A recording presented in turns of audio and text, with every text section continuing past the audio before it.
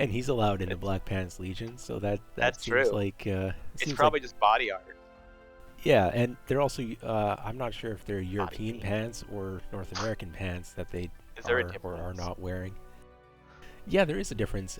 So for the European, the United Kingdom, pants is a different item of clothing. They wear trousers over top of their pants, whereas in Wait, North they have America, underpant? Like, wait, oh wait, like underwear? yeah, yeah, Wait, pants is underwear in yeah. the So UK? so if Ralphie is European, he might be going commando underneath a pair of jeans, as opposed Oh, to I being see. wearing the tidy whities over nothing or under nothing. It's a lot of ambiguity about what's going on in these people's nether regions.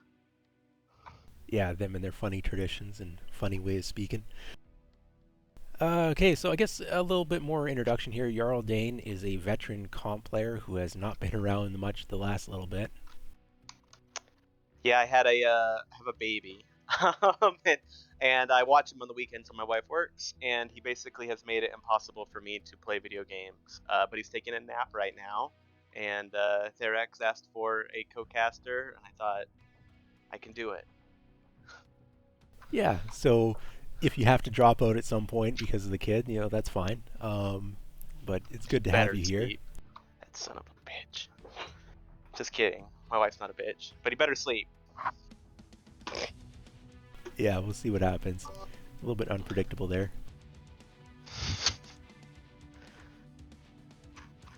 So, Therex, have you seen these two teams play previously? Yeah, I'm pretty familiar with the Division G teams. I covered European Redcoats last week when they're playing against the Sorcerer Sabres, and I don't know if I've actually done a cast for Black Pants Legion. 50-50 on whether or not I have. What did you see from European Redcoats last week? It was pretty brawly. I mean, the meta in general right now is somewhat brawly relative to how it was 2 years ago. And lower divisions typically end up being a little bit brawly as well. In Division G, you see some issues with builds and focus fire not being quite 100% as well, but I'd expect a lot of red lasers, um, and but they might mix out some other stuff as well. But I mean, you're seeing Division B, Division C teams playing red laser mechs right now, so that's pretty much meta right now. Yeah, red lasers. I like a classic SRM myself. I'm an SRM man, but Yeah. I Brawl's great. I like Brawl a lot more than I guess like what I would like to call tickle fights when players sit at max range and slowly whittle away at each other for 15 minutes. So always happy to see that is in vogue. Uh, were they doing pretty well at pulling off their brawl pushes, their movements, or was it maybe a little disjointed as they're kind of finding their rhythm? So if I'm remembering correctly, European Redcoats and Swords and Sabers, there was a lot of like 1v1s and 2v2s happening in their brawls, so the focus fire was a bit of an issue from both teams there. And I haven't Yeah, really watched Black Pants Legion, so I'm not sure exactly what we're gonna see here. Now, European Redcoats, they are trying to learn to improve all of that. They're working on it, so they've had an extra week here of practices, and we'll see if it's how things look this week. yeah. In those fights, it really does come down to focus fire, especially in a hard brawl. If you get everybody in there at once, whatever team kind of gets on target a little bit quicker and stays on Yeah, and getting that is the one full that's gonna commitment win. from the team when somebody calls that charge, everybody goes. That yeah, I mean, Jarl Dane, your team was known for brawling back in the day there, so Long ago. yeah, what was that, Back before five my years ago knees or hurt. something? Oof, I wish it was 5 years ago. It's probably like 8. When did I go to MetCon? 2017? I don't want to think about it. Yeah, that's probably sounds about right. Yeah, No, I loved brawling. That is what we tried to get known for. But really, I think we did a lot more than brawling. But I think just to throw teams off, what I really was big on was tempo. Um, which is if you watch other sports, especially if you watch American football. I don't know about European football, but you can really catch teams off with just tempo, with just everybody just moving quick, getting aggressive, taking the initiative. Um, that was the thing I really liked. But I don't really know how complex things get. Okay, I think both teams were locked. I don't know. There's a lot of chat here. It's hard to read it all. We've got Who are the team 375 leads? versus 395 from the two teams here, with the lower tonnage being on the Black Pants Legion. All right, Viridian Bog, everyone's favorite swamp.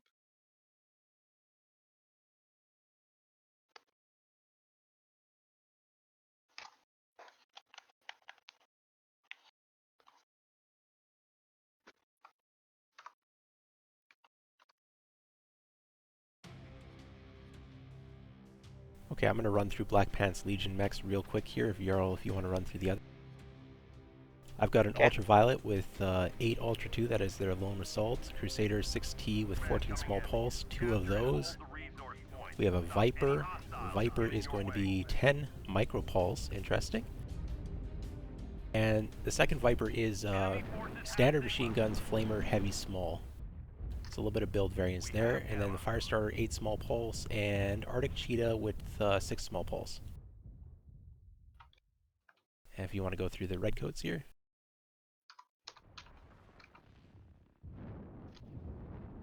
Alright, Jarl Dane might be busy with Kid Aggro at the moment. I'll just quickly run through them.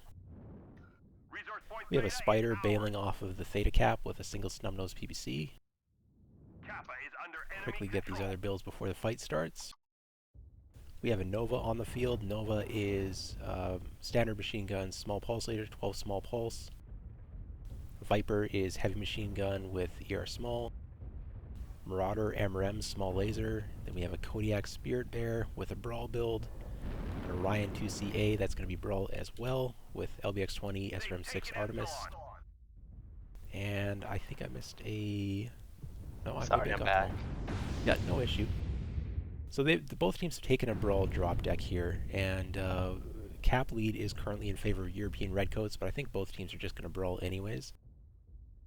You can see that Orion, Muzz, for the European Redcoats, he's getting closer on that corner trying to use it while the rest of his team comes in behind him. My understanding is Muzz is going to be leading the European Redcoats this week. I'm not sure if he's the in-game drop caller or not, but they had one of their players is missing, so they had their team lead was missing, so I don't know if that changes their drop caller or not. Black Pants has 3 mechs that are trying to get behind this tower. They could pincer the European Redcoats, but if the European Redcoats recognize that and they full send it, they could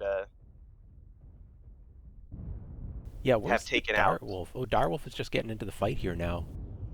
Main fight at the base of the ramp. The Crusader is in the mix. The second Crusader coming in to join Ralphie. And the Direwolf with the 8 Ultra 2 is farming damage here. Yeah, Hedgehog is just wrecking him from up above in his Direwolf. He just got a kill there on Mortar, but the Kodiak, and he is just annihilating people. And Direwolf is being completely ignored. Now the Mislinks is coming up to challenge the Direwolf. Direwolf's going to find himself quickly outnumbered, though. Might have done the damage that was required. Direwolf is getting legged, though. The rest of his team is kind of playing back those 2 Vipers and the Firestarter, kind of holding to that kind of cliffside face where that brother veteran is. 3 down on Black Pants Legion. Firestarter is legged from their side. Arctic Cheetah coming to the fight now completely fresh. This is looking European Redcoats right now, pretty strongly. Yeah. It's unlikely that the Black Pants Legion will... Yeah, the European Redcoats percentages even look healthy. They only have 1 casualty so far out of that Spear Bear. The rest of their mechs are in the 70s percentages, nothing lower than that. I think Hedgehog and that Direwolf made a decent play, but the rest of their team, I don't think, was just focused enough to... Yeah, needed to commit the lights to join the Crusaders in that mosh pit, sorry. Right, and then once they saw that push on Hedgehog and his Direwolf, there just wasn't enough follow-up. from those light mechs in the backfield. They didn't take advantage of that to push the other side. They just kind of let it happen. Let's, how much damage did Hedgehog get? Yeah, 569, by far the most on his team. Although there are a lot of low damages there for his team. Admiral Mortain at 807 was doing a lot of work for his team. But you can say 807, 496, 415, 321. Those are all decent damages. Even the 228 from the Viper, whereas Black Pants Legion have two guys that are sub 100, a few guys that are only over 100, really only one guy over 200. So there's just a lack of damage overall. I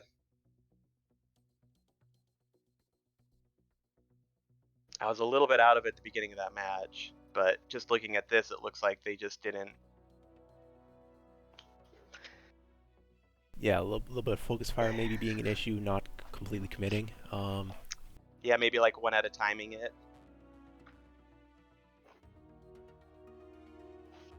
Cause yeah, if you imagine all those mechs in a fight at once, you should be able to get at least 200 damage. I mean, you're gonna have your one or two guys who might get focused first and they don't do 200 damage, but the other 5 of you should.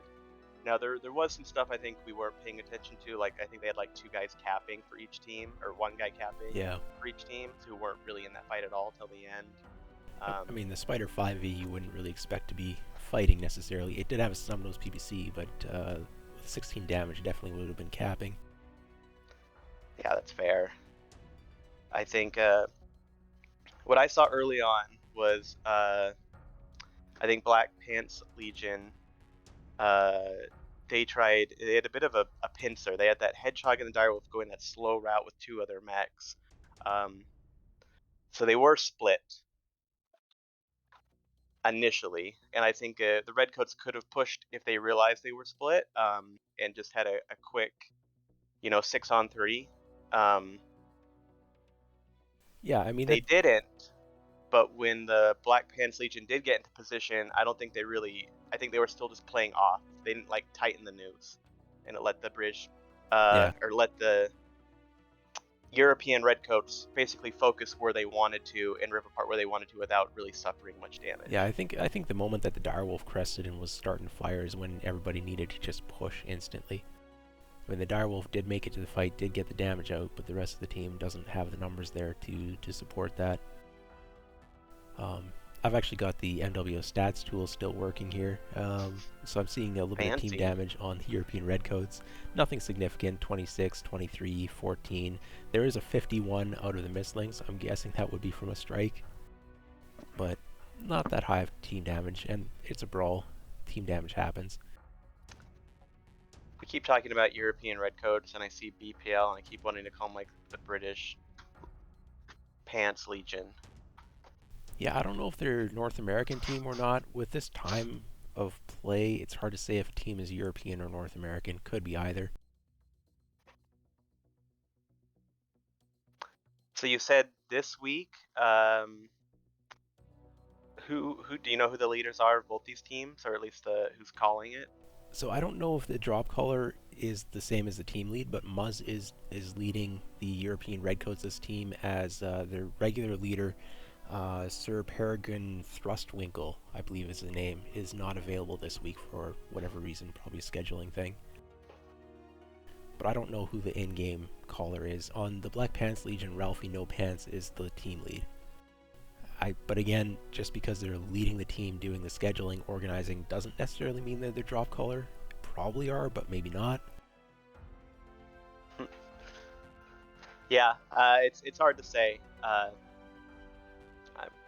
I've been told that some teams even don't even have drop callers. They just expect everybody to step up, and yeah, but that's not something I've ever experienced for myself, so I don't know. the collaborative drop calling I think is more of a higher division element, like Div A, maybe Div B. And with the lower divisions, I think there's usually a dedicated drop caller who is definitely trying to tell everyone what to do.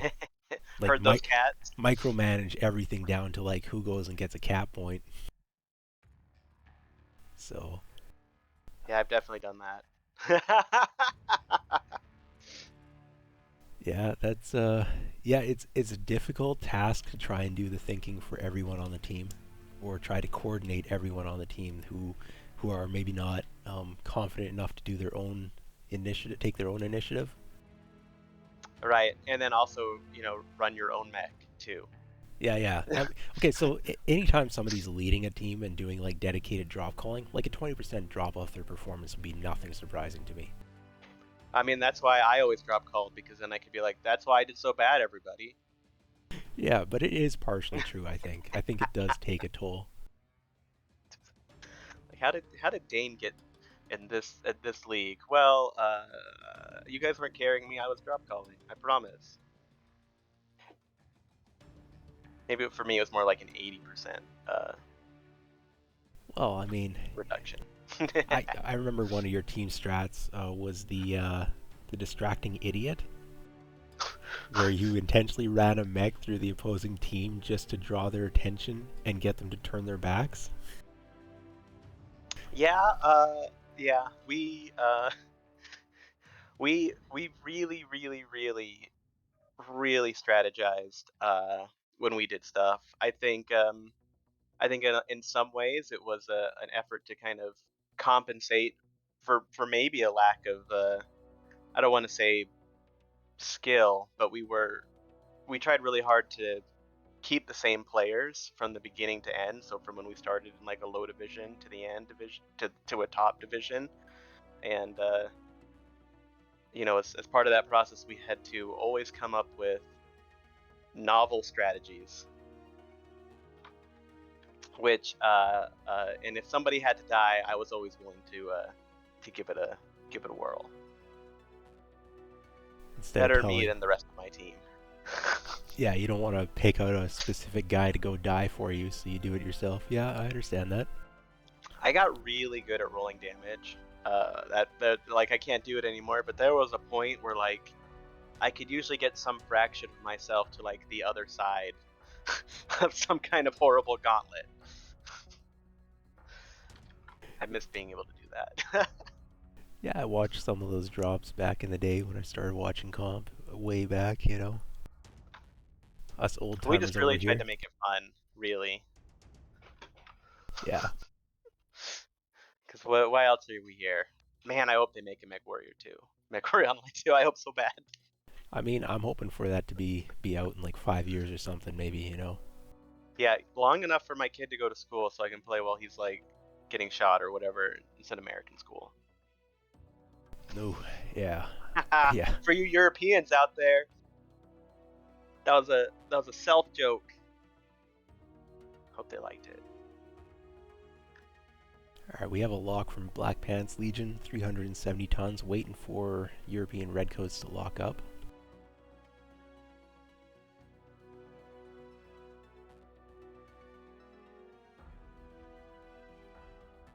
Yeah, when you end up at divisions like this, you run into a limitation on what a lot of your pilots' mech options are. Um, I think there's pretty much an expectation once you hit Div B and A, and maybe starting at Div C, that when you're drop caller or when you're whoever's making the plans, they say I need X Y Z mechs for this to work. If the players don't already own them, which many players at that level have 100+ mechs, they then buy them and grind them before the match. Where I feel like in these kind of lower divisions, it's more of like, well, who has a mech that kind of do this, and then it's a little bit more just what people have available, and there's pilots at this level who probably only have a handful of mechs.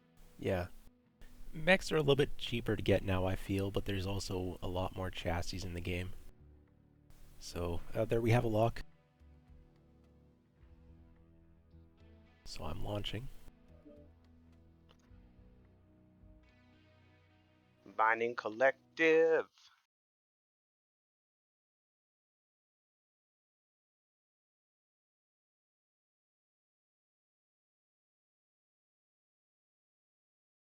Now there's a big tonnage disparity here. There's 370 tons coming out of Black Pants Legion, and their opponents had, what was it, 420 tons, I believe?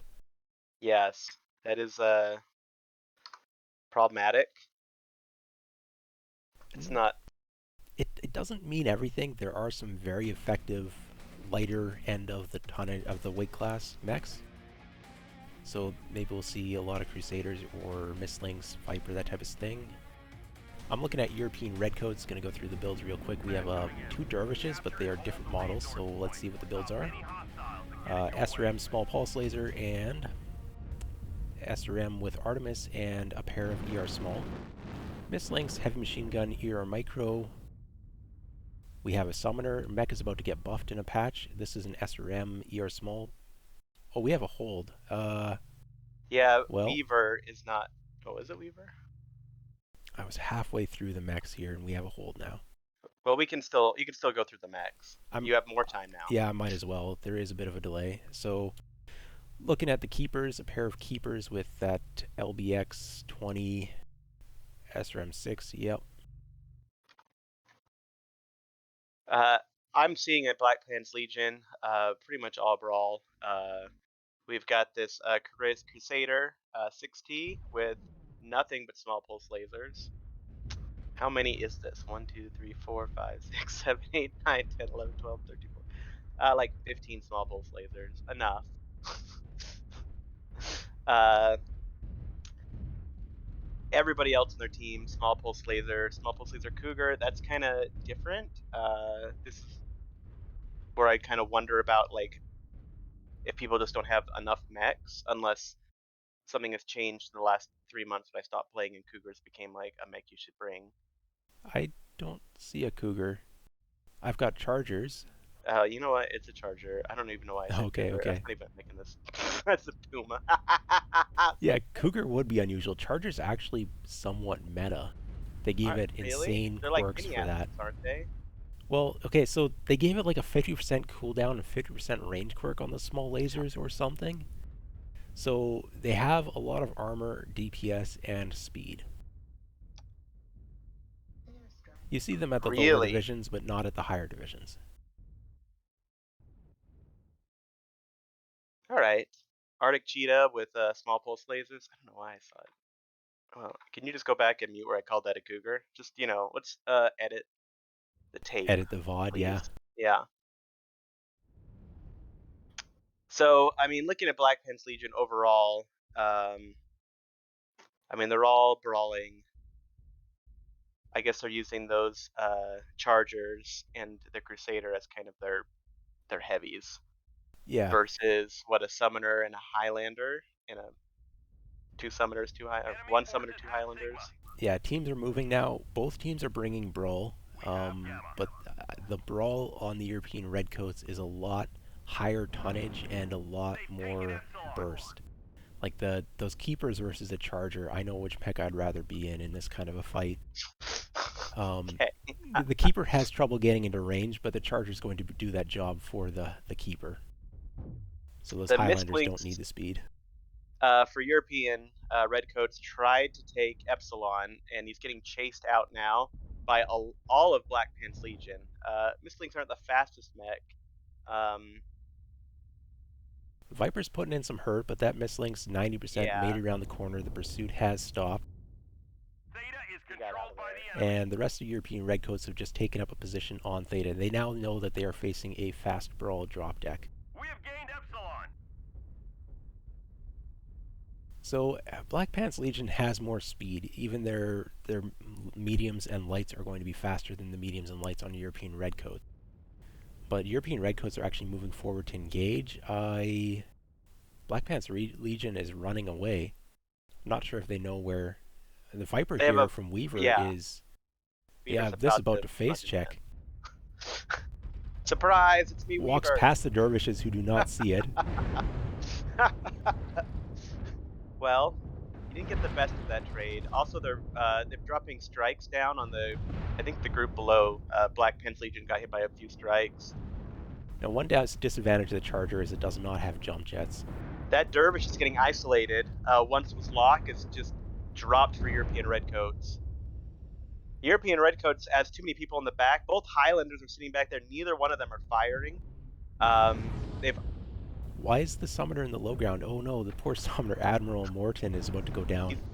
He also is getting isolated and killed. They did manage to kill Weaver. This is I mean, I feel like, as you mentioned, European Redcoats, they have more weight, they have the better builds, they need to get down there and fight, and they're just playing back. They're Well, they have a jump jet advantage, so I don't really mind if they play to the high ground, but when they're peeking one at a time, they can get focused out. Like they're basically just skylining at that point. That said, they are taking it back here. They just dropped the Viper fish who tried to flank them. Yeah, This Arctic Cheetah Ninja's a little bit looks like he's safe there. neither team has a 3 cap right now, so neither team is looking for the cap win. Now, Black Pants Legion, because they don't have jump jets on the chargers, they need to stop sending the lights up top in a 1v4 situation. Instead, pull back, grab some caps, force the Highlanders to come down. But Yeah, right I don't now, think they're winning trades here.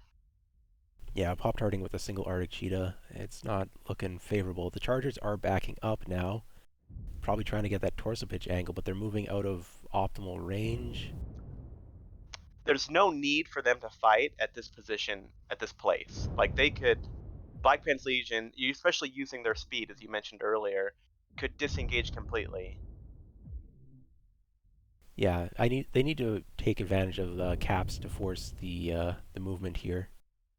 There still is this fight is still relatively close. The European Redcoats have 5 mechs up to the 4 mechs of Black Pants Legion, and Black Pants Legion Grimloon, is down in percentages. Grimloon just dropped, so it's 3-3 again. Those dervishes, I don't think they had the range to do what the rest of the team was doing. Yeah, the small Murku lasers are probably is outranging legged. SRMs. The Mistlings Murku is legged. He's limping around. It picks up a Angry, kill though, Angry tried to take him out but failed. or was that a team kill? No, that wasn't a team kill. That was a second Mistlings coming into support.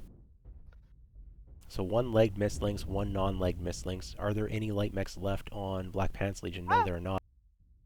how are those High? I'm gonna go and look inside. I'm gonna climb inside a Highlander real Are quick. they running out of ammo in those Highlanders? Like, this fight's gone on for a while. I'm looking at Epic Ace. He's got 15 LBX 20s left. Carly's Uh, doing some cleanup here in the Mistlings. Murku in his Mistlings, his leg is red and open, so someone needs to just look at him for a second, and there it is. He's gone.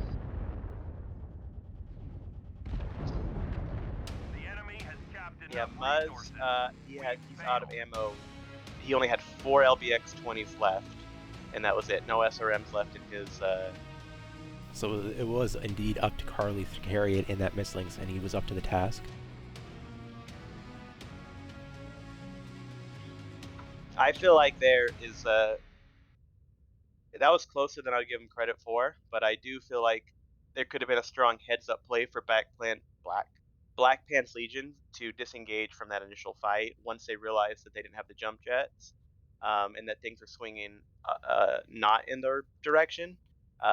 Like you said, they could have fell back, got some other points, and then if they could force Redcoats to chase them, they could potentially drag mechs away from the slower Highlanders, and then use that distance to isolate and kill those mechs before the Highlanders caught up. Yeah, definitely. Because the Charger doesn't have the jump jets, I think there was that need to switch up the strat. I'm going to run through the damage here real quick. Black Pants Legion, Ralphie No Pants in the Charger, putting out 950 damage in that Charger 9A1. That might have been the ER small Charger. The other Charger puts out only 300 damage. That might have been the standard small laser Charger. I don't remember specifically which build, but that would be my guess there with the damage difference. We've got almost 500 damage out of one of the Crusader's 6Ts with the small pulse lasers from the River Aces.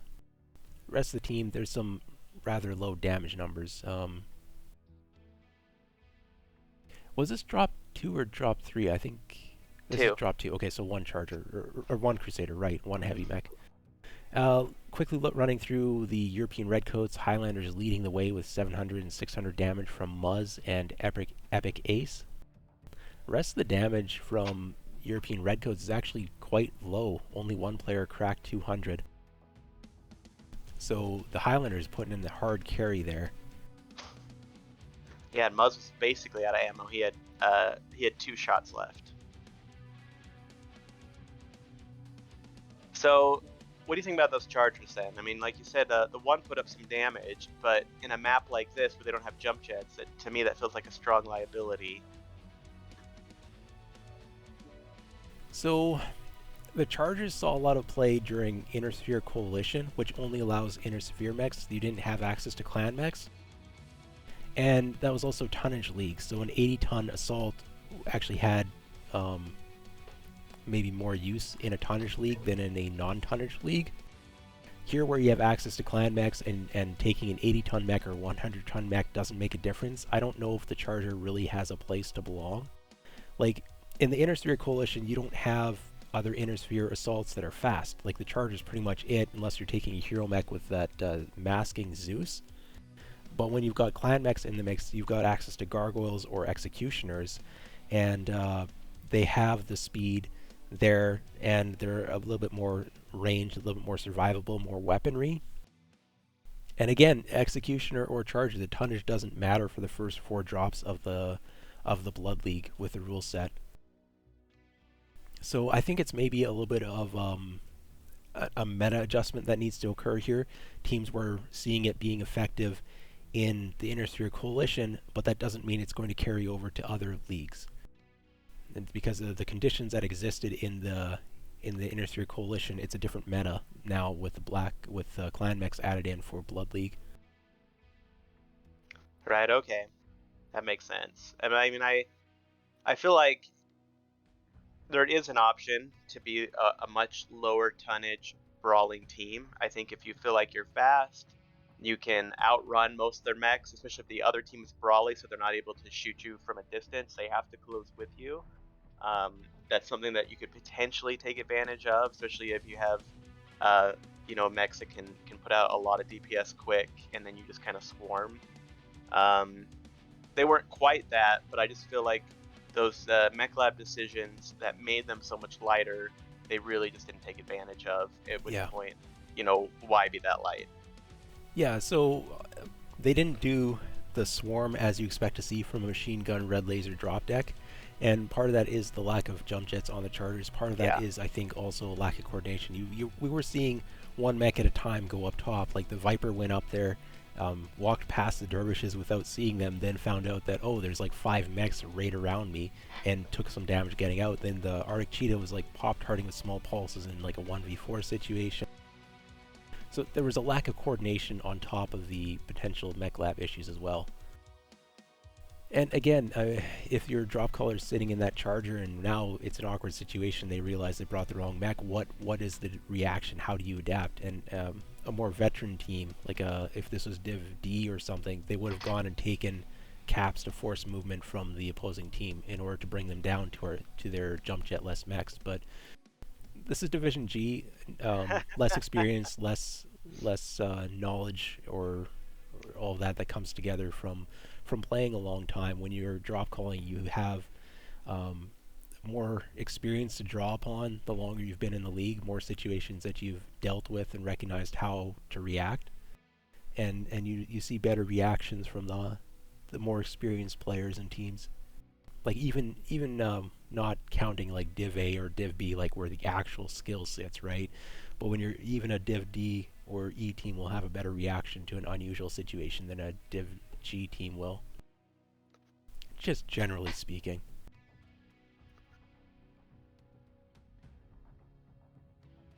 I do feel bad that Ralphie No Pants got no kills despite putting up 945 damage. Yeah, wow. So I always hate it when you do a lot of work but you don't get them pretty little kill numbers next to your name. I mean, even dealing 950 damage is just impressive, but the rest of the damage from the team wasn't really there. I'm actually surprised how much of that drop was really down to like 1 or 2 players doing all the damage, and the rest of the team from both teams really didn't have much damage dealt. Yeah, and with Muzz being basically out of ammo, you see 3 Redcoat players left there, but really it was, one or 2 more shots later, it's only 2 Redcoat players left. Yep. So really close match actually. Yeah, between the mechs running out of ammo and the percentages where they were, they could have gone the other way. All right, don't worry there, X. I'm slowly remembering how to be a drop or a a drop caller, or not a drop caller, a co-caster after not having done this for like 4 6 months. So Well, I'm actually kind of used to not having a co-caster just because there's so few people around doing casting or co-casting right now. and you're like, why are you talking? No, stop calling this mech a cougar. Yeah, the Cougar's not meta, the Charger is. Why don't you know this?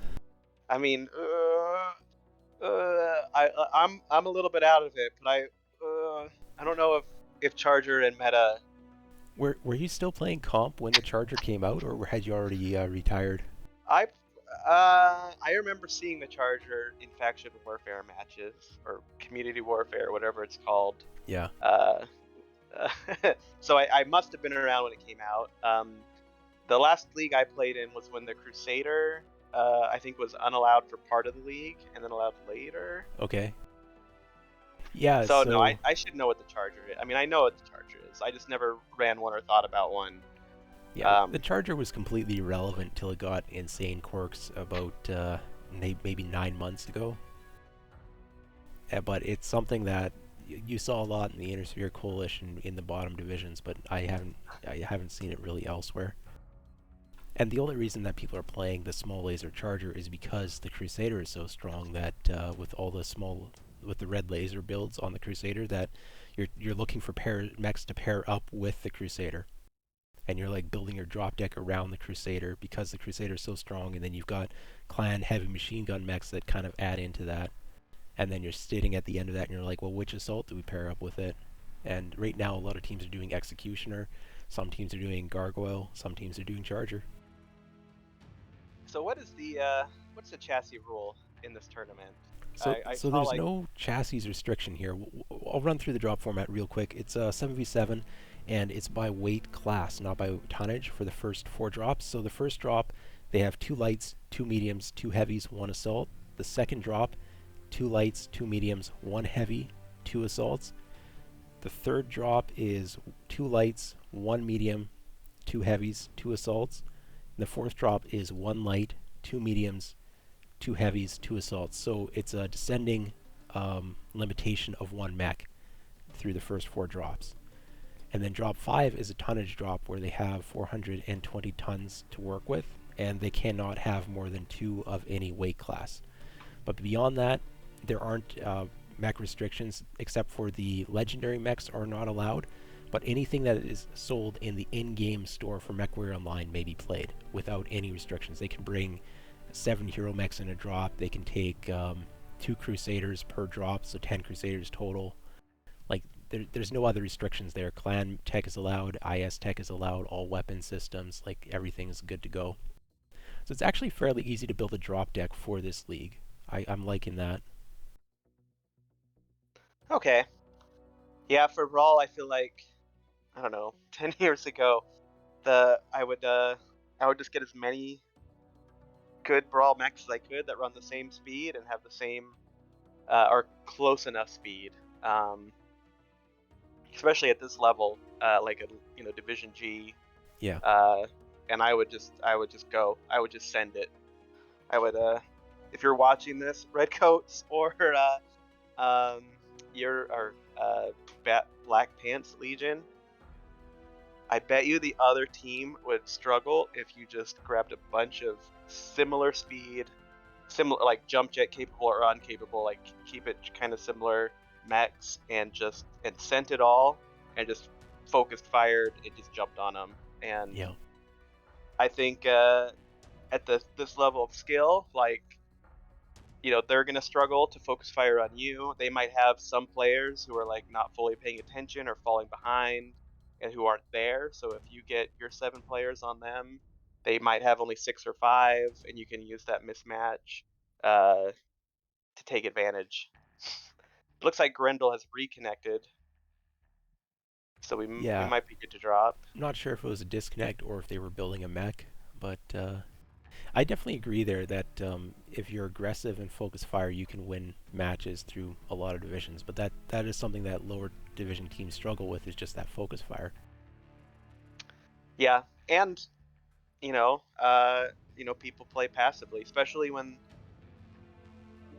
they can't depend on their team, or they're not used to depending on their team. You start playing more selfishly. I think you want to be more careful because it might be on you to finish it or whatever. So you need to protect that armor, Yep. or because if you don't know you can trust your team and you go out there and you just get blasted and they don't take advantage of you getting blasted, then it is for nothing. And so there's a good reason not to. And so that is something like psychologically and team level that you have to kind of work your people through. Yeah, It's and getting also wrecked. it's how the team lead reacts to a situation where somebody makes a mistake. If you yell at your players for making mistakes, they're going to not take initiative in the future. So you gotta deal with that situation, and that's a new team thing. All right, which side did you want to look at? I'm I'm looking at blue team here, Black Pants Legion. Okay, Quickly get to these mechs. I'm going to tell you right now we have two Flea 17s for European Redcoats. All right, we've got Uh, Spear Bear and another one of those chargers out of Black Pants Legion. Don't need jump jets on this map, generally speaking. Pair of Crusaders. the Crusaders are 14 small pulse. And then I'm going to grab the Arctic Cheetah Viper. Viper is standard machine guns with a flamer and some heavy large lasers. Arctic Cheetah E with 6 heavy machine gun and 2 heavy small lasers. So they're not doing the small pulse there. The second Arctic Cheetah has 1 ear large and 4 micro pulse lasers. So European Redcoats, they are, I mean, they're all running Brawl mechs, two Marauder 2Cs, which have LBXs, SRMs. They've got their Onion mechs, or Orions, as some people call them. One is LBX, one is AC-10s. Fleas are just small lasers. Looks like they are sending their two nope, a flea and a viper. Redcoats is sending a flea and a viper way up north, circling around the northern bay. I think they're going to try to go for caps, or they'll go for not caps. We'll find Yeah, out. Maybe it'll be a flank. that's an interesting situation. There is a light fight on Kappa. So because of those So two flanking, there is now six Black Pants Legions looking down at four European Redcoats. So this is a mismatch. If they can identify that that is happening, that's an opportunity for them to do a 6-on-4 and potentially win. And they are fighting now. So those other yeah, two mechs are too far away to get in the fight. the fleas coming in. They're gonna make it here just in time, I think. We only have one mech down so far on European Redcoats, and the Flea and Viper have joined the fight. The 1v1 is continuing over on the Kappa Cap, but the fight is going to be decided here with the main body. Right, and I think it is not looking great for the European Redcoats. They're down three mechs already. Haven't been Spear able to get Bear's a Black leg. Pants Legion down. Yeah, no mechs down on Black Pants Legion yet. That Spear Bear is legged and open side torso, but still running. Still doing damage, shooting Epic Ace in his Orion. Epic Ace goes down, legged. So that just leaves the two fleas now. I guess no, he didn't win his one-on-one. Whatever happened, it looks to that I one. think, Did they pull the mech from the yeah, one-on-one they to might help have pulled make the the mech fight? from the 1v1. I don't think you really want to do 1v1s in a light mech anyhow. And I think that would have been the ear large Arctic Cheetah in that 1v1. So, so yeah, that I think is a good illustration of, to a certain degree, what I was just talking about a second ago. Um, you know, European Redcoats, I think they had a strategy. I think they were sending, they had three mechs who are all doing something different, with their main body being down to four mechs. And Black Yeah. Pants Legion Now, had There was a flea here on Epsilon Cap, but it's gone to Gamma. They could have reversed this, done two fleas onto one Viper. Instead, their one flea is going to lose this fight to the Viper in the 1v1, and we're going to be stuck with one flea remaining on European Redcoats that is trying to cap all by itself. That's not going to work out.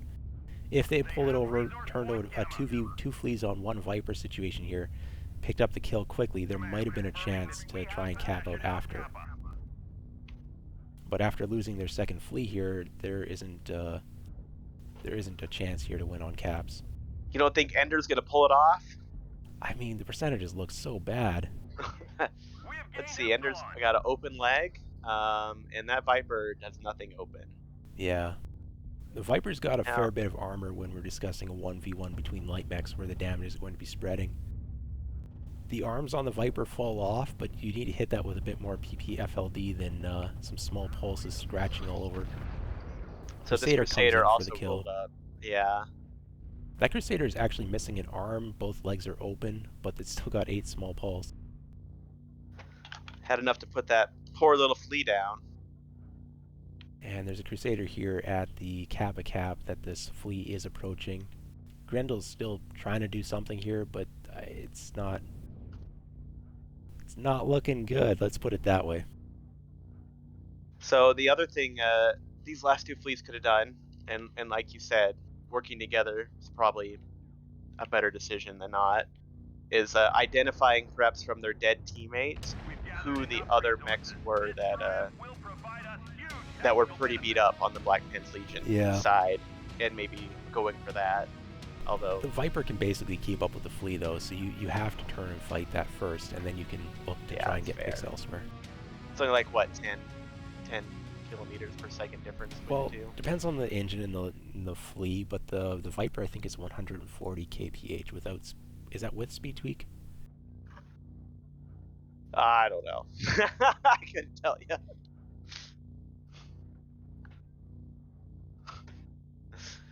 It's too.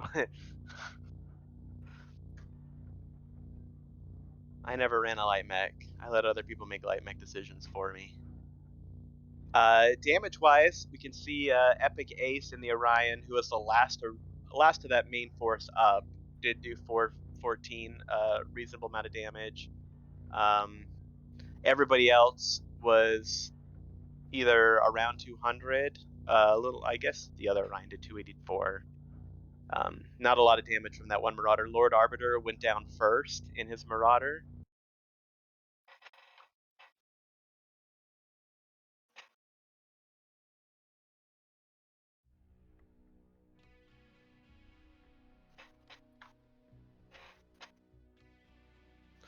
But yeah, that 4-on-6 was the death knell for European Redcoats. Yeah, they tried to do some back cap shenanigans and it didn't work out. Well, that's something you have to be aware when you're European Redcoats and you're doing something like that. That you're not. There's a good chance you are outnumbered, and so you have to play a lot more KG with your main body. Yeah, they basically just pushed their brawlers up. They didn't hang back or hide them at all. So just a bit of a misexecution in the play there. Some adjustments to make. Black Pants Legions picks up their first drop win of the match. So now we're at 2 wins for European Redcoats, 1 win for Black Pants Legion. And teams are switching sides now, and then we're going to Crimson Straight for drop 4.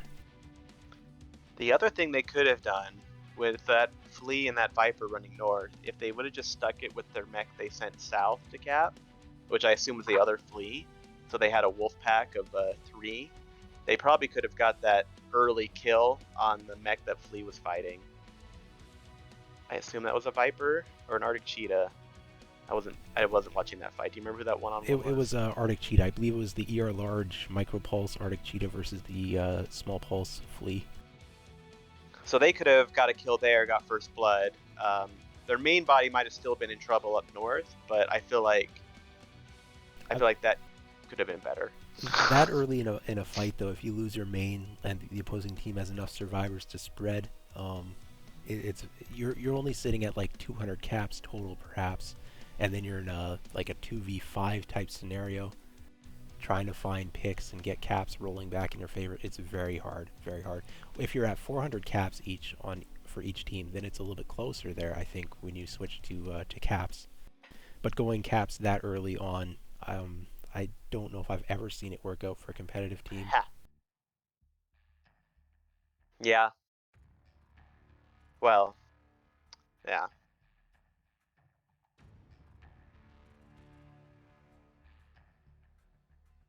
But Black Pants Legion bringing back, they can still win this match actually. There's 2 more drops remaining, 2 more points to be accounted for. So we've got a bit of a close fight here, not getting swept this time around. Well, we thought this might be a close fight. I was hoping for it. I like to watch those close matches. And just because a team gets 5-0 doesn't necessarily mean that the drops themselves were not close. Right. Yeah. It can sometimes be misleading to look at like the tournament page and Yep. think, oh, they got destroyed when. I mean, some of the matches that I've been involved with or either playing or casting in this league so far, I've seen it go down to caps where the team with a higher number of mechs ends up losing out on caps right at the end. Like, a 1 mech versus 4 mech type situation or 5 mech situation, and then the 1 mech is able to get the final cap points required. So it looks like we're gonna do Crimson Straight next. Yeah, they changed the spawns and cap points on here. I don't know if you've seen that yet. I was about to say, is it still where real men take the saddle? You can play saddle. I've seen teams play saddle, but right now I think it's going to be more about island for especially in the lower divisions. Even with brawl mechs, though. I mean, I feel Yeah. like Island is in a strong place for brawl mechs. Well, the thing is that teams are putting their range control mechs on the island, so then you want to push it with your brawl mechs, or they think that you're putting your range mechs on the island, so they push it with their brawl mechs, and you push it with your brawl mechs, and you just figure it out. Yeah, that's Um, fair. So there are other ways that it could be played, and I did see in Innisphere Coalition there was more cap control going on because it was a 3 cap format instead of a 5 cap format. With a 5 cap Hmm. format, the island effectively controls 4 out of 4 of the 5 caps. So if you're playing range, you kind of want to put most of or some of your mechs on the island at least, Right. Oh yeah. and I then you mean, can kind of control 4 caps from just yeah. I mean, I just get bored of the island. yeah, I haven't really played a whole lot of Island myself because Crimson Strait hasn't been in the competitive rotation for a long time. Just there were balance issues with the map. I mean, I'm sure that's why. Uh, like you said, one team has access to that island almost immediately, and the other team doesn't, and then that team controls so many, points. I Yeah. can see why it hasn't been in rotation. Now that the spawns have been changed on it and the caps have been rotated around, both teams have about equal access to the island now. I'm actually curious to see this. Yeah, so they put the spawns for the team that used to spawn out behind the mountain. They've been moved up to the peninsula, Whoa. and Theta Cap's been moved to the far side of the mountain, like way out there. Like, if you think it's far away, keep going. You're almost there. And so it's a huge risk for a team to send the lights to go cap Theta because their lights are out of the fight for effectively like 2 minutes if they get jumped, or their lights could get jumped and there's no support coming for them. So if you send 1 light, you might get jumped. If you send 2 lights, then maybe your main body gets engaged on. And so I don't know if these teams are even going to look at Theta. All right. It, Uh, yeah, this will be interesting. I'm excited to learn. yeah, I don't know if I like this map yet. I don't know. Maybe we still need to figure it out. I'm not sure, but I haven't. I'm not convinced. I like I kind of liked the maps before we ever figured them out. I liked them a long time ago. When no one knew really how to manipulate any of the maps, and people were just kind of doing whatever. It's a good time.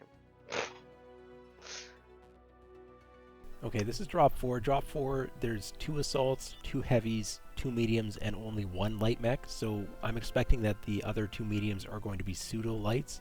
You have to be able to support your single light mech or you're going to lose on caps, is my thinking. Okay, both teams are locked. Here we go. Although to be fair, I don't think none of these matches have really been uh, very cap aware. Yeah, I'd agree with Uh, that. so I would feel comfortable as one of these teams to make my one light a pseudo medium and have my two mediums be pseudo heavies and just again full send. That'd be one way of doing it. I mean, these caps are spread out a fair bit. Even after you win the brawl, you still want to have speed to go get the cap points, I think. But it'll be interesting to see what they do. Yeah, I need to look at this. I can't tell you. Whoa. What a place. What a place to put Theta. Yeah, it's way out there. This kind of reminds me of Alpine. Or is Okay, it I'm Alpine? looking at Yeah, blue team here. Blue team is European Redcoats. We have switched team sides correctly. that's always a massive headache. Yep, still is. We have a Centurion. That's going to be that LBX-5 build. It's backing it up with some rocket launchers and medium lasers. We have an Orion with 2 Ultra 10, 3 SRM-6, and a pair of heavy large lasers. Wow, that's going to be a toasty mid-range build. Direwolf C, LBX-2 AC2, Corsair 7A. That is triple rack 2, 4 AMS. I haven't seen missiles yet, but we have AMS on the field. Medium lasers backing that up. Cataphract with 5 LBX-5s, unconventional pick. And looking at Black Pants Legion here. Black Pants Do Legion, you want me to do that? You can, go ahead. you can do them. Okay, fine. 5 ear large Stalker 5S. We have a Direwolf with 6 Ultra 2. They're headed to the island where they're going to find brawlers. They have a Nova that's going to be small pulse is my money. Yeah, small pulse, micro pulse. And we have a Crusader 6T, 14 small pulse. Second Crusader 6T, also going to be 14 small pulse. So they have 2 range mechs, and then they're backing that up with a whole bunch of brawlers. Viper is machine gun heavy small. I did not get the flea build, but I'm guessing that is going to be small pulse. Now, this crossing to the island has been scouted. The racks are being fired. So the trade mechs on the island might want to be backing off right now. Yeah. It also means those two trade mechs, Hedgehog and the Stalker, they don't have any shots They at this group. Oh, no, they do. now they have shots, but they have are they backing up or not? I'm surprised they're not opening up on Grimloon right there, though. This would be depending on how they played it, I feel like they could have turned where European Redcoats were into kind of a kill zone for a moment. Yeah. But like you said, with those two mechs not backing out, they're about to get isolated and just thumped. So Black Pants Legions needs to push up and shoot those backs before those two mechs go down. Stalker and Direwolf had to make a choice there. There was a small ridge blocking their shot, so they had to move up to clear the ridge or pull back to gain the range. Stalker 5S is getting shot in the back. Are those rocket launchers used up from Carleith? It looks like they were. Black Pants Legion has all pushed. They've descended on the Direwolf and the Orion, trying to make up for their two mechs who just got destroyed over there. I don't think it'll be enough though. They are picking up some kills. Crusader still has all of its weaponry, losing weaponry and legs, so Angry Ninja's about to go down. It's 2 kills to 3 currently, now 2 to 4.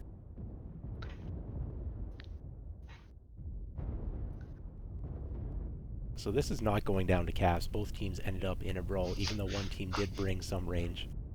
Yeah, the even though the Redcoats had that Javelin Cap Theta.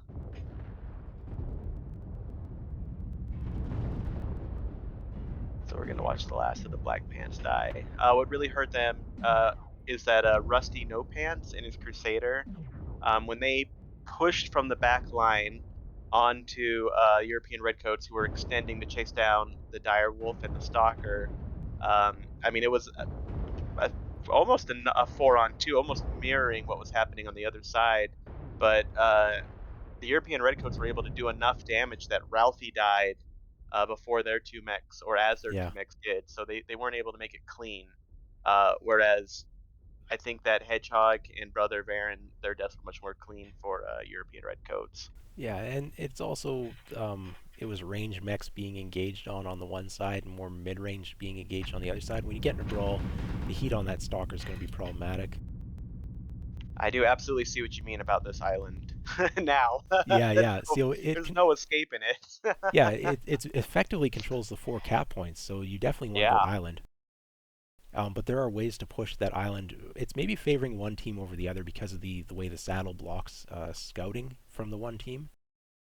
But going to Theta, when we did see cap play being used with range mechs, then um, sometimes the saddle was being occupied so you could control Theta or support Theta.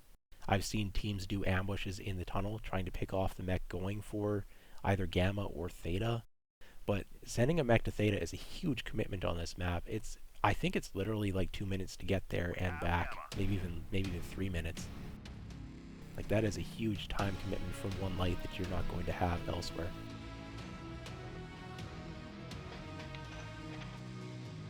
although yeah, in this case, sending that javelin didn't really hurt European Redcoats too much. Yeah. So yeah, you can see that Stalker 5S, Brother Varen, he just was unable to put any damage out. And then yeah, Ralphie No Pants, who pushed from the other side, he only got 53 damage. Like I get, especially probably as the leader, what he's thinking is he realizes that his two mechs are in trouble. He's trying to basically drag his team with him to that flank to save the match. But you can just see 53 damage is not a lot of damage. Um,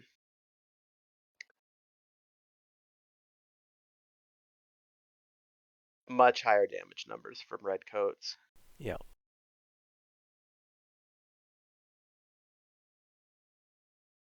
Okay, so European Redcoats has won the match now. They have 3 drop wins to 1 from Black Pants Legion. Bit of a close fight, but the remaining mechs that survived still have healthy percentages in the 70s, 80s, even some 90s.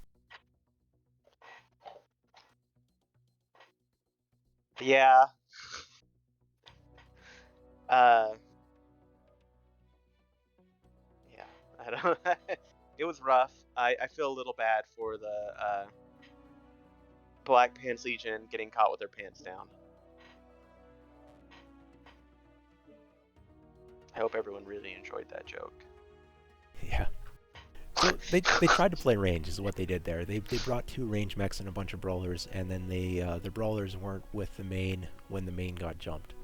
And that's a bit of a scouting issue maybe, but also it was a reactionary issue. When the range mechs knew the island was being pushed, they probably, I don't know if they would have made it, but they could have tried to pull back across the water into the peninsula and just set up for Right. range while the brawlers were closing in to cover them.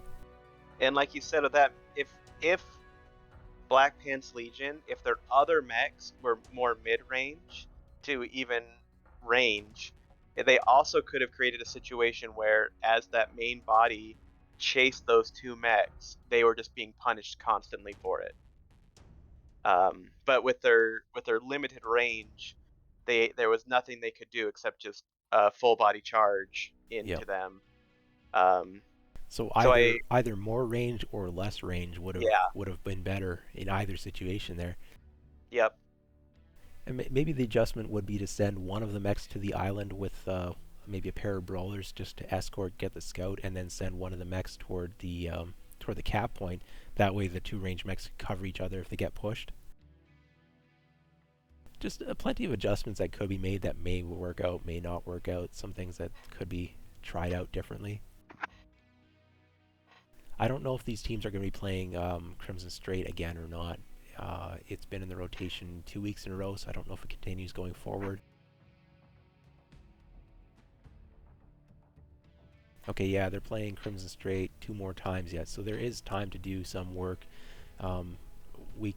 Oh wait, every week is it Crimson Straight? Crimson Straight is in every single week. every week is Crimson Straight week. Here we go. Yeah. So Time definitely to want to learn make it. make adjustments to that strat then. But yeah, just watching how the move, like I was just watching your delayed cast, and yeah, just seeing how that played out. I completely agree with that. but you just said there that either all brawl or all range either would have been stronger than what ended up happening Yeah. for them. And it's because the island's Yeah. not flat. They had that intervening terrain where we're thinking like, why aren't they shooting? Why aren't they shooting? And then I check, and well, there's a small ridge, just large Stupid enough to ridge. block like the direwolf arms from being able to shoot. You gotta either move forward, which you don't want to do, or move back. Well, is that it, or are they playing one more match despite having lost? Is that how does this?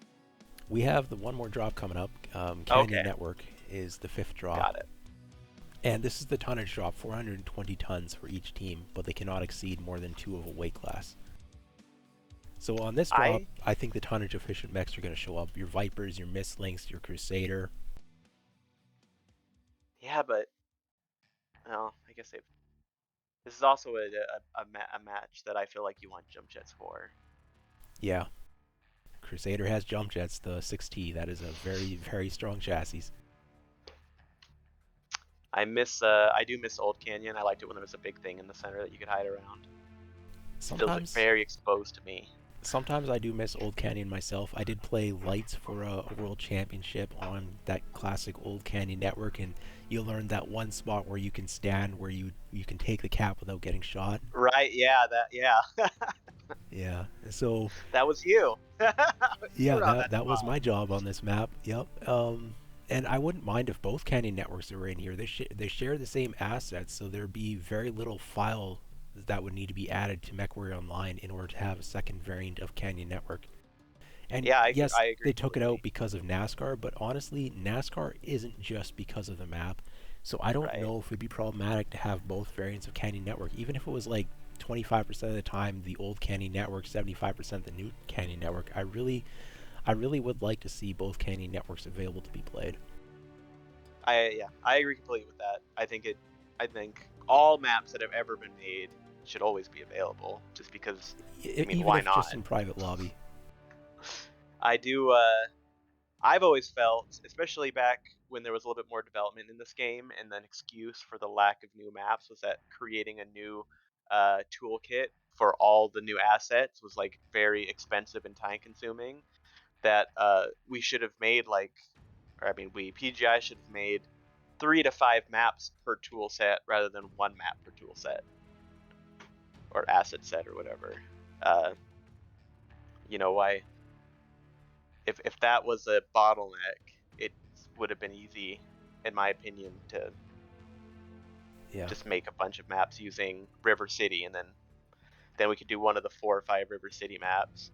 Actually, I think that could have been cool too for private leagues because then you could say you're fighting in a region, and then it's Yeah. it's the 5 River City maps you're fighting over. Oh, I mean, there's so much that could be done with private lobby. Allowing us to the faction play game mode would be huge. Allowing Oh for man, consumables to be disabled or enabled based off the consumable type would be another nice change. And having a switch teams button, that'd be the other thing that'd be very nice to have as someone who runs a jeez, lobby from time to time.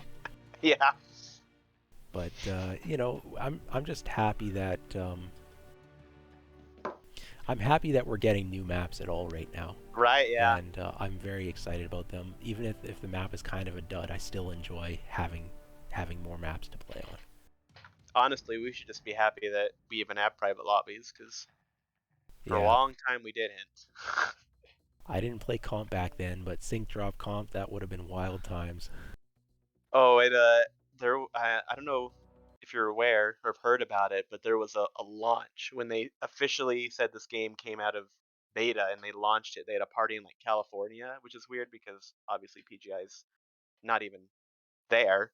They'd fly down there, and to celebrate the launch of the game, they had a little tournament, and it was a sync drop tournament because there was no private lobbies or anything, so they had to create their own server, and then they would sync drop the teams against each other. That's wild. I knew there was a launch tournament, but I wasn't aware it was sync dropping. It was terrible. It was like, really? You're gonna Okay, I'm looking at Black Pants Legion. They brought a Spirit Bear, Brawling, Stalker 5S with that 5 ear large build.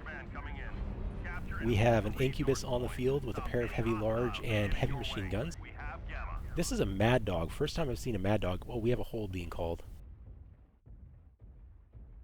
Or it's too late for a hold. Technically, I by mean, the they're rule book, trying. it's too late for a hold. One team is holding, the other team is not. Or, well, we have some confusion here. I think they're trying to hold, They are. Um, more or less. I th- mean, it looks like there's confusion on both teams, or at least on one team, as to whether or not they're doing.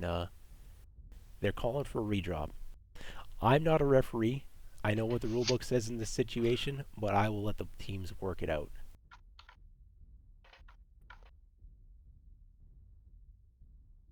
yeah, I think that's fair. Okay, I'm going to stop going through the mechs here just in case that we do end up with a redrop.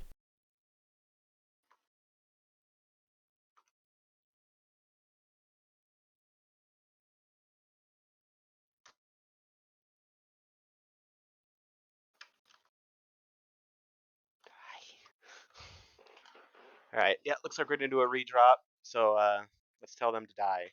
Okay, teams have both agreed to redrop, so then we're good for redrop here. So technically, by the rule book, once a cap is taken, you can't call a hold.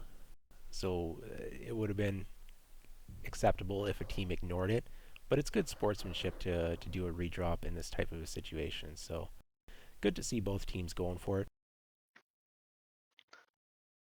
Yeah, I mean, as we've already mentioned, European Redcoats have won the series already, so Yeah, that's not on the line for them. I mean, obviously points are points in these tournament matches, but yeah. The league is about points, so they still want to pick up the points, but I'd rather play a competitive match as opposed to winning a match personally. Like, yeah, okay, you're playing for some comp prizes, rewards, whatever, but the amount isn't significant. I play for the enjoyment, not for the MC.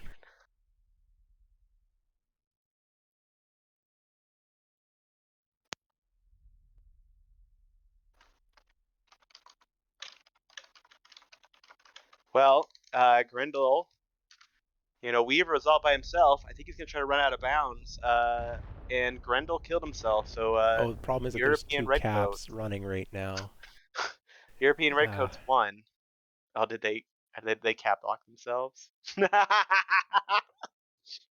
so one team has one on cast because all of the mechs are dead. However, because each team has a cap ticking and it's hard to code, we have to now sit here for like literally 4 minutes while this cap one ticks out. Even though all the players are dead and one team has a cap lead, this match will not end until the caps run out. And if the match doesn't end, the mechs are going to be locked. So we can't even just quit out, reform a lobby, and get this drop done.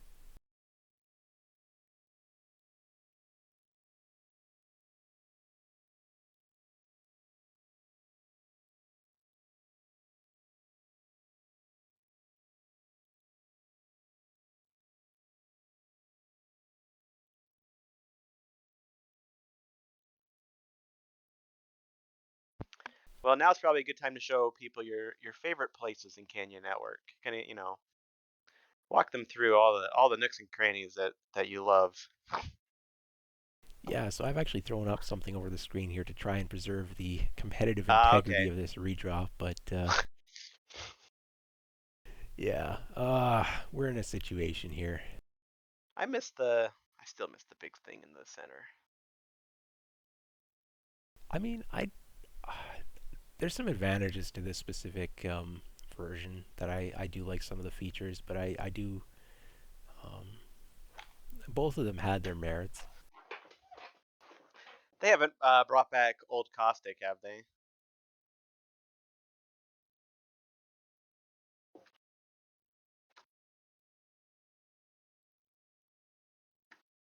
I would Old like to see Caustic, that. they have not brought it back. We're on Caustic Valley like 4.0 or something now. It's been reworked and reworked and reworked again. I know it was really NASCAR-y, but I do miss Old Caustic. Yeah. So Fighting around the caldera rather than I don't know, fighting around in just like a lava swamp. I barely remember the first version of Caustic Valley, but I do remember it being fun in 8v8.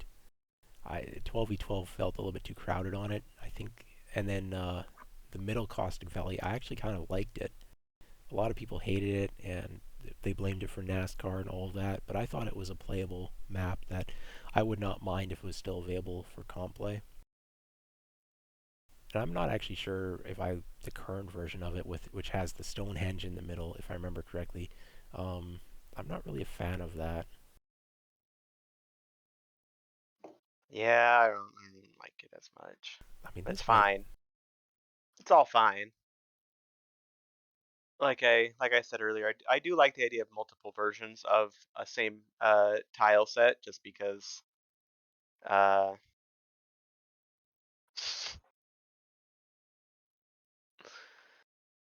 Okay, we're gonna try uh, dropping out of all this right, and yeah, do a let's new try it. lobby.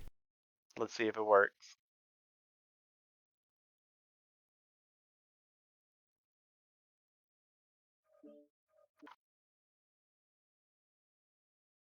Yeah, all the mechs are dead. Each team has a cap. We know who's going to win.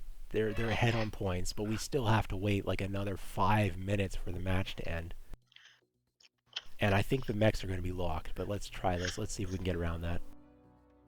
So in the future, for teams that are maybe watching, what you want to do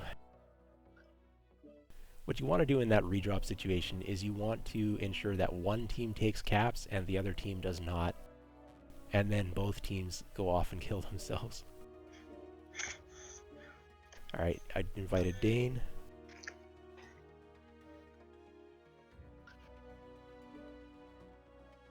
Now I'm going to invite Ralphie No Pants, and then Dubious Squirrel is the other lead.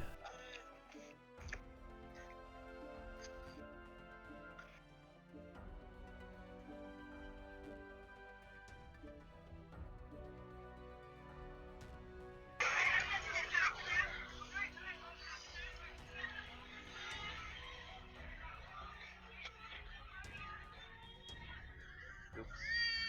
Ah, I don't want to play that. Sorry.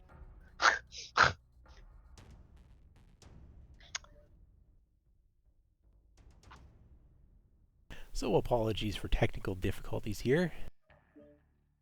Um,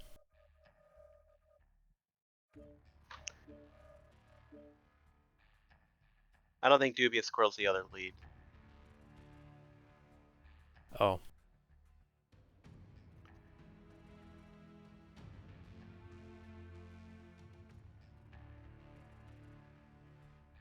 yeah, okay, my bad. Who was I looking for? Muzz, right?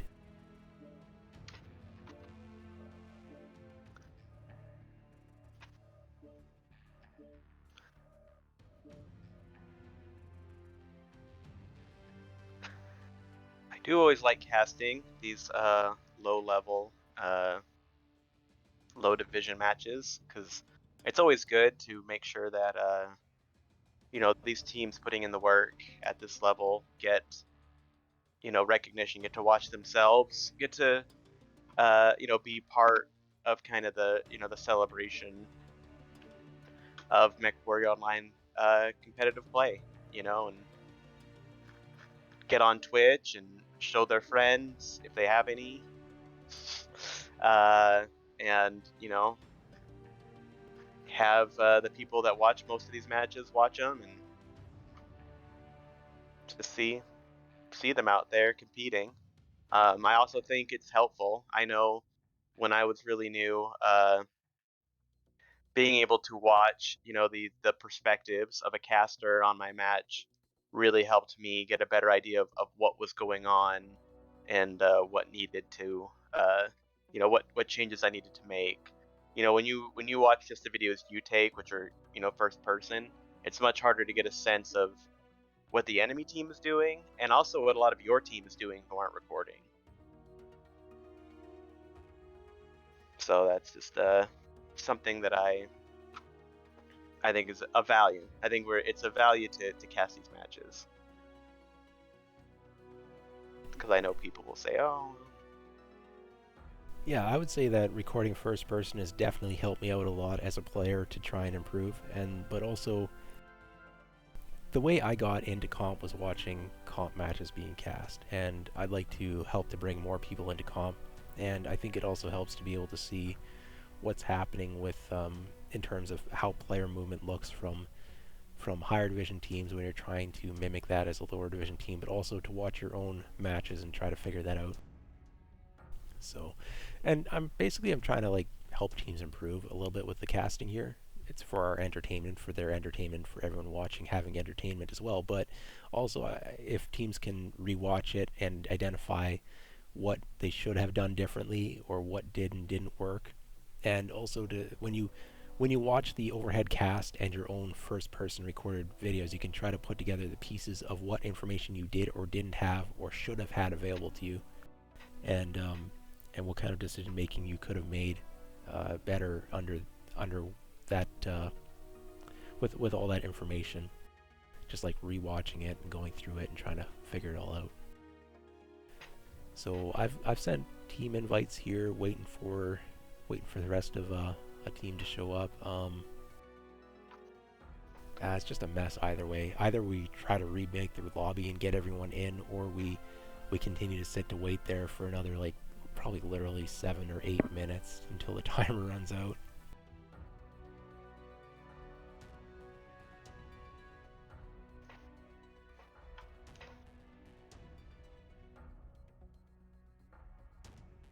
Yeah, this is you know, not the most optimized game and UI and lobby system. So we make do with what we've got because we must.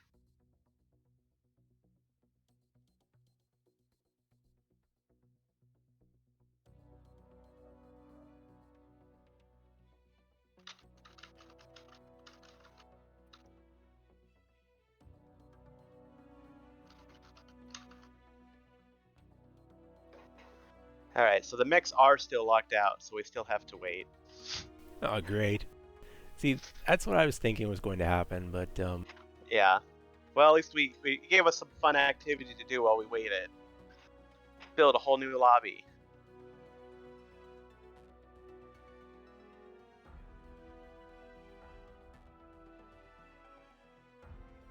Now we just don't know exactly how long until it undoes. yeah. So that other match should be ending right shortly here, and then we can actually replay it.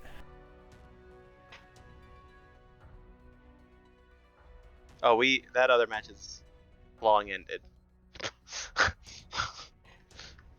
Oh, you mean yeah, the one that's counting down somewhere. Yeah, the one with no I wish players in it they that has knew. one cap taken for each player, and yet it's still Mm-hmm. going on. And It's a tight match. yeah, any minute now that cap point lead is going to turn into a win. Guess that's what I get for saying that caps didn't really matter this series. yeah. Um, so my question is it still taking up space on the server if that match is still going on, even though there's no players there, no spectators there? Like we're going into tree falling into forest territory here. Does a match continue in the server if nobody's connected to it? I'm gonna say yes. If the mechs are locked, then yeah, the match is probably still going on with like every, what is it, 14 disconnects in that match, and it's still happening. Somebody could reconnect to their dead mech and watch the counter run up.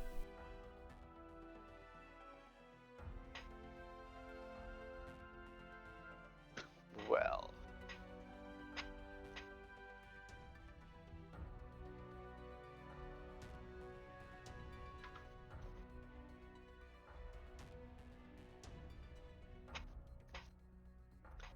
I guess we wait.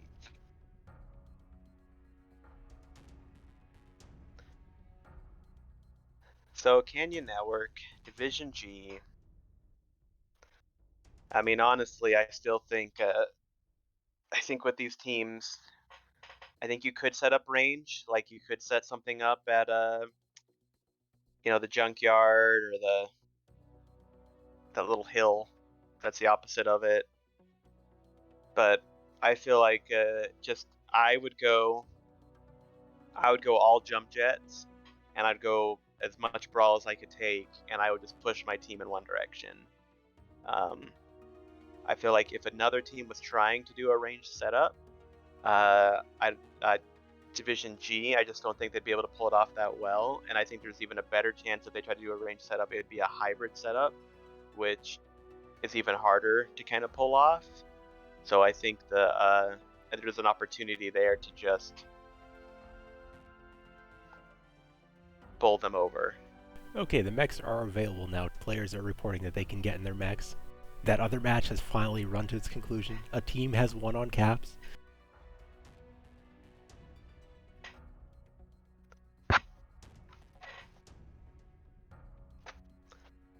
So we're just waiting for the players to get in their mechs and ready up, and then we can replay the drop.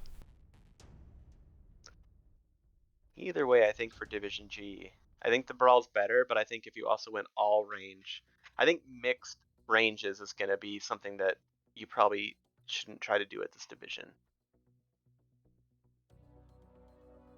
Yeah, I think sometimes you kind of have like an Overwatch mech if you place it really well that doesn't need to move. yeah. I mean, I think those. I like What? it No, that teams sorry. are trying things out differently in the lower divisions. Like if you only know how to play Brawl and you play very well and you move yourself up like 2 divisions just playing Brawl, and then you have to play a different strat and you don't know how. So I think it's good that they're attempting to learn and try out these different strats. It gives them more variety, and I think it helps develop their skills.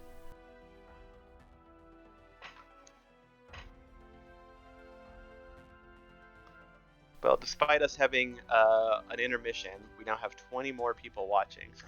We went up to 91 people from 71 about 5 to 6 minutes ago. So Yeah, but they're I on a think it's a 5 minute suspense. delay. So are That's they? 91 people. Yeah. Are they going to sit through 5 minutes of us doing nothing? Is the question until they come and Well, catch up to us. it just dropped to 10, so no. What's going Yeah. on here? Oh yeah, not stick around for this. One team is locked, so we're just waiting for the second team to lock, which in theory shouldn't take long. They might be changing their drop deck because the 5 minute delay was not sufficient enough that some of the mechs would have been revealed to their opponents.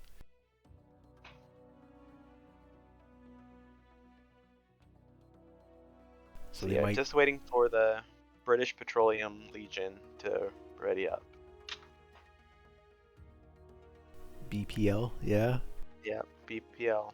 or British Petroleum Limited. Yeah. So anyone joining us, we have a technical delay. There's some problems with code and situations. So we're redoing a drop here, but it's taking a while. And teams are readying up, I believe, 420 tons on each team.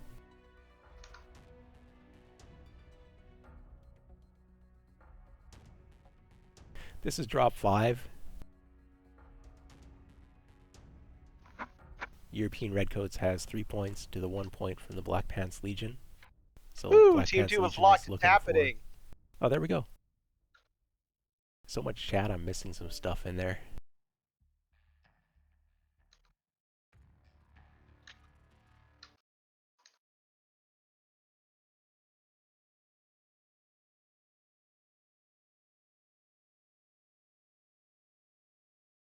Oh right, Canyon Network. This I live in time, the state of hopefully. Utah in America, and this map looks like my home. Oh, it does. Interesting.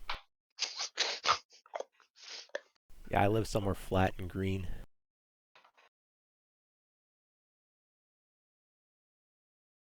Alright, here's hoping Is that it? everybody gets into the match without a disconnect.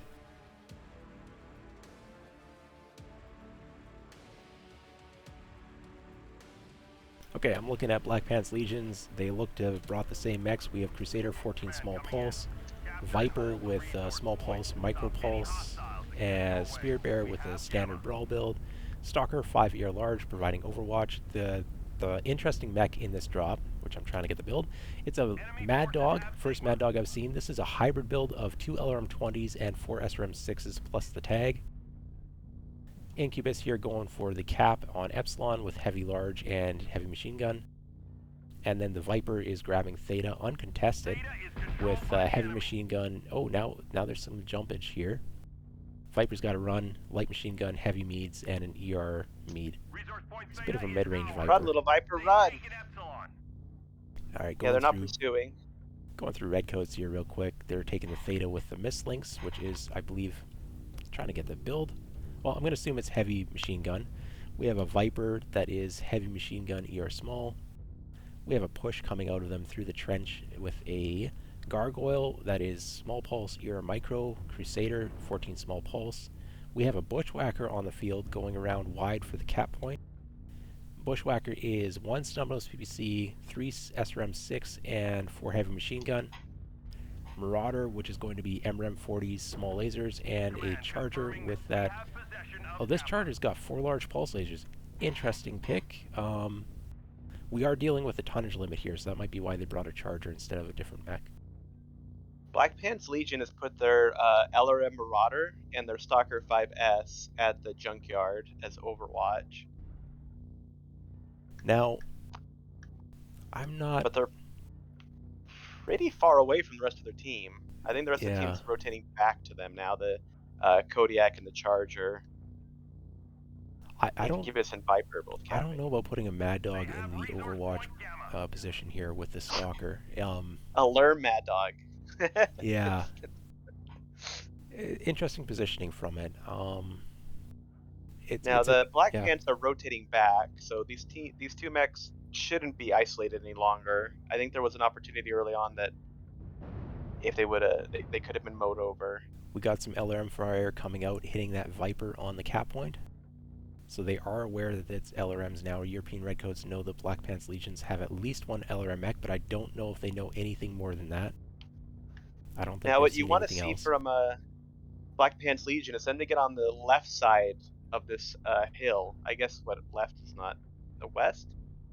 So they could shoot down where the blue team was kind of bottom. We have a push here from European Redcoats that's gone unscouted. They are making the move, full commit. A little bit slower with the Marauder in the back. Is going to get caught by the Charger, perhaps. Incubus putting fire into the back of the push of the European Redcoats. They are not going to junk pile. They have slowed up to take out the Spirit Bear. So the mechs in the junk pile are getting some free damage in right now. Uncontested. This push needs to keep moving forward. 1 mech down on each side. There's 2 fights kind of happening. There's one a little bit to the back with 2 lights on, or 3 lights and a Marauder. The push is just making it to the junk pile. I don't know. Yeah, they aren't going to chase the lights. They need to get in on that junk pile. They're turning to engage the Incubus. Incubus is lagged. Weaver's about to go down. Yeah. European now the push has made it. are focus firing really strongly right now, and they're just dropping mechs. Mad Dog goes down. Self-destruction, overheat. So Stalker is left in the junkyard. And the Brawlers have made it in. This is going to be European Redcoats picking up the win here. I'm curious to see how much damage that Mad Dog actually managed to pull off. Yeah, that was reasonably optimal firing situation for it for a little bit there. I feel like though if it was if they had a DACA mech there, it would have done a lot more damage. The way Agreed. that where they stopped to fight that Kodiak. Yeah, weapons would cycle a little bit faster on an AC2 mech, for instance.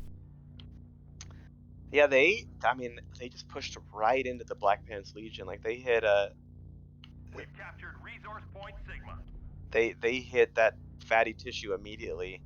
I feel like those mechs up there, like where that Kodiak died, should have been further south of that location. They did speed bump a little bit the Brawl mechs from the Black Pants Legions, but the ER Large is not a high DPS weapon, so it's not going to do very well against a Brawl like that. Nope. It doesn't have a chance. It's gonna get hot, and it takes too long to fire.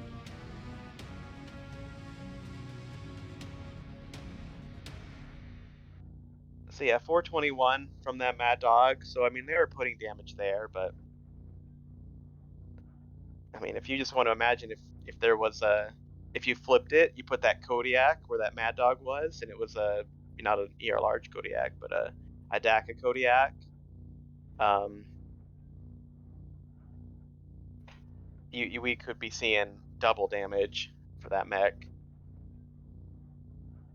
You actually don't have too high of numbers really from the European Redcoats, but I think that just shows how good their focus fire was. You have a few. One almost is 500, one's 400, and the rest are around 200 damage. And I think that's just because all of them were doing solid damage. I think that was probably the best focus fire I've Yeah. seen from them all night. Yeah, no standouts in damage because everybody's contributing equal amounts onto the same target. And that's really what you want to see. So yeah, that was really nice from them. Okay, and that wraps up our match here. Thank you, Jarl Dane, for joining me as a co-caster here. This was Therax doing the cast of a Division G match between European Redcoats and Black Pants Legion. Yeah, thanks everyone. Yeah, thank you both teams for allowing us to cast by booking the match in a time where we can show up and do it. And thank you everyone for watching. Give the channel a follow, and I don't think there are any more comp casts coming up, but you can check the schedule to see if there is or is not. There will be in a week from now when the comp drops are going to be comp matches are going to end up being booked. So follow the channel MWO Leagues 2, MWO Leagues 3, and the main MWO Leagues channel, which has no number behind it. YouTube channel as well. You can go subscribe to the videos over there. These will be re-uploaded in a day or so from now, and so you can rewatch them over there. And thank you everyone for watching. I'm gonna end the stream here.